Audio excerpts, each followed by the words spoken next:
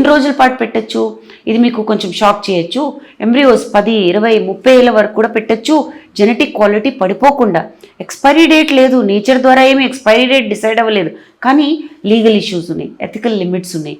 Government మనకి కొన్ని రోజుల పాటే పెట్టచ్చని ఒక డ్యూరేషన్ డిసైడ్ చేసి స్టోరేజ్లో పెట్టచ్చని చెప్పారు. ప్రపంచంలో ఎంతోమంది పిల్లలు 12 years, 15 years, 20 years తర్వాత కూడా ఈ పిండాల నుంచి పుట్టిన వాళ్ళు ఉన్నారు, నార్మల్గా హెల్దీగా ఉన్నారు. సో సైన్స్కి టైం లేదు, ఫ్రీజ్ చేసిన తర్వాత ఎలా పెడతామో పిండాలు అలానే ఉండిపోతాయి. సో ఏం ఆప్షన్స్ ఉన్నాయి మీ దగ్గర? 2-3 ఆప్షన్స్ ఉన్నాయి కపుల్స్ దగ్గర.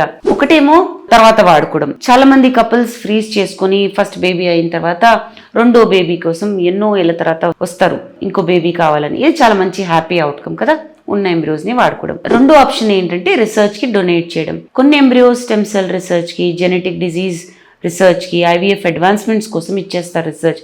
ఈ రీసెర్చ్ వల్ల ఫ్యూచర్ పేషెంట్స్కి సక్సెస్ రేట్ పెంచచ్చు, ఇంప్రూవ్ చేయొచ్చు. మూడో ఆప్షన్ చాలా పెయిన్ఫుల్ ఆప్షన్, ఎంబ్రియోస్ని పడేయడం, డిస్కార్డ్ చేయడం.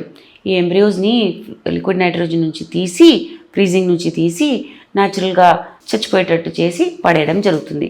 ఏమీ డ్రామా లేదు, ప్రొసీజర్ లేదు, జస్ట్ సైలెన్స్. అంటే ఫర్ మెనీ కపుల్స్ ఇది చాలా బాధగా ఉంటుంది, ఎందుకంటే ఫ్యూచర్లో పుట్టొచ్చు కదా, ఇవి మా పిల్లలే కదా, మేము వాడితే బాగుండేదని. కానీ పరిస్థితుల వల్ల వాళ్ళు కనలేరు. ఇంకా డాక్టర్కి అయితే ఒక మెడికల్ డెసిషనే, కానీ పేషెంట్కి ఒక emotional, moral cross road. Couples చాలా గిల్ట్గా, కన్ఫ్యూజన్గా, తర్వాత వాళ్ళ మతాల బిలీఫ్స్ వల్ల కూడా బాధపడతారు. ఎమోషనల్ అటాచ్మెంట్ కూడా వస్తుంది కదా, ఈ ఫ్యూచర్లో నా బేబీ ఇలా ఉండేది ఈ ఎంబ్రియో నుంచి అని.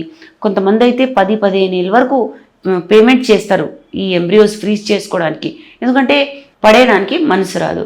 చాలామంది అంటారు, డాక్టర్ ఈ ఎంబ్రియో నుంచి నాకు ఒక్కడుకో కూతురో పుట్టేది కదా అని. సో ఈ హోప్ కోసం, ఈ ఆశ మీద వీళ్ళు ఈ ఫ్రీజింగ్ అనేది కంటిన్యూ చేస్తారు.